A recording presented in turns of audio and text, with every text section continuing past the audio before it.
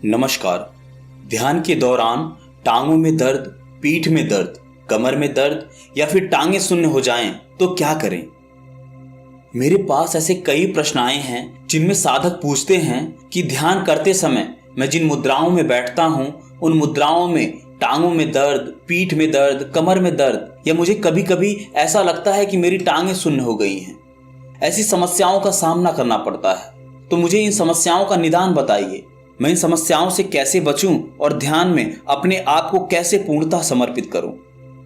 देखिए, ध्यान के शुरुआती समय में हम विभिन्न मुद्राओं में बैठकर ध्यान करने की कोशिश करते हैं, क्योंकि हमारी बॉडी को पहले से यह हैबिट नहीं है कि वह इन मुद्राओं में बैठकर ध्यान कर सके। क्योंकि नॉर्मली हम कभी पैर के ऊपर पैर रखकर यानी आलती पालती मारकर लंबे समय तक नहीं बैठते हैं। इस वजह से हमें इसकी आदत नहीं होती है और ना ही कभी हम इस मौन की अवस्था में बैठते हैं। इसी वजह से हमें ध्यान के दौरान इस प्रकार की समस्याओं का सामना करना पड़ता है। इन सभी परेशानियों की वजह से बहुत से लोग तो साधना करना चाहते हैं, उनका बहुत मन होता है कि वो इस प्रकार की साधनाएं करें, लेकिन उनकी यह साधना और उनकी यह इच्छा अधूरी रह जाती है। वो इन शुरुआती समस्याओं में ही फंसे रह जाते हैं। दोस्तों, इन समस्याओं से छुटकारा पाने के लिए आपको सबसे पहले मेडिटेशन यानी ध्यान के बेसिक को समझना होगा। आप किसी भी प्रकार का ध्यान करें, आपको सबसे पहले अपने शरीर को स्थिर यानी स्टेबल करने पर ध्यान देना होगा। जबकि हम यह सोचते हैं कि हम शरीर की जिस अवस्था में हैं उसी अवस्था में ध्यान को साध लेंगे, तो यह गलत है। आपको सबसे पहले अपने शरीर को स्थिर रखना है, आपको उसे स्थिर करने में स्टेबल करना है। देखिए, पैर में दर्द होना, कमर में दर्द होना या पैर का शून्य हो जाना, इन समस्याओं के दो मूलतः कारण हैं। पहला ये कि आप कभी इस अवस्था में यानी क्रॉस लेग करके नहीं बैठते हैं, जिससे आपकी मांसपेशियों को इसकी आदत नहीं है। इसीलिए आपको पैरों का शून्य हो जाना और पैरों में दर्द जैसी समस्याओं का सामना करना पड़ता है। तो सबसे पहले आपको अपने पैरों की इन मांसपेशियों को इस मुद्रा की आदत डालनी होगी। इसीलिए किसी भी साधना को करने से पूर्व आपको अपनी बॉडी को स्टेबल करना है। दूसरा कारण यह है कि आप जब भी कोई मेडिटेशन करते हैं, कोई साधना करते हैं, चाहे वह किसी के द्वारा गाइडेड मेडिटेशन हो, इस अवस्था में आपकी चेतना पैरों से मस्तिष्क की ओर यानी आपके मूलाधार चक्र से सहस्त्रार चक्र की ओर गमन करती है। जबकि अन्य अवस्थाओं में आपकी चेतना आपके सहस्त्रार चक्र से मूलाधार चक्र की ओर गमन करती है। सिर्फ निद्रा की अवस्था में ही यह चेतना हमारे गले में यानी विशुद्धि चक्र में होती है। जब चेतना हमारे गले में यानी विशुद्धि चक्र पर होती है तो हमें नींद का अनुभव होता है, हमें नींद आने लगती है और नींद की अवस्था में हमें शरीर के किसी हिस्से का एहसास तक नहीं रहता। तो यहीं से आपकी समस्या का समाधान आपको मिलेगा। तो आपकी इन सभी समस्याओं का समाधान आपके मस्तिष्क के बीच में यानी आपके आज्ञा चक्र पर हो रही वाइब्रेशन या आ रही कोई आवाज ही आपको इस समस्या से छुटकारा दिला सकती है। तो ध्यान की किसी भी मुद्रा में बैठने से पहले आप अपने आसन को अच्छे से सेट कर लें, ताकि आपको बाद में हिलना डुलना ना पड़े। तो दोस्तों, यदि आप किसी सॉफ्ट कपड़े या सॉफ्ट तकिए पर बैठकर आसन लगाते हैं तो आपके पैरों के घुटनों पर कम दबाव पड़ता है और आप दर्द जैसी समस्या से बच सकते हैं। दोस्तों, यह शुरुआती हल है, बाद में आपको इन सभी चीजों की आवश्यकता नहीं पड़ेगी।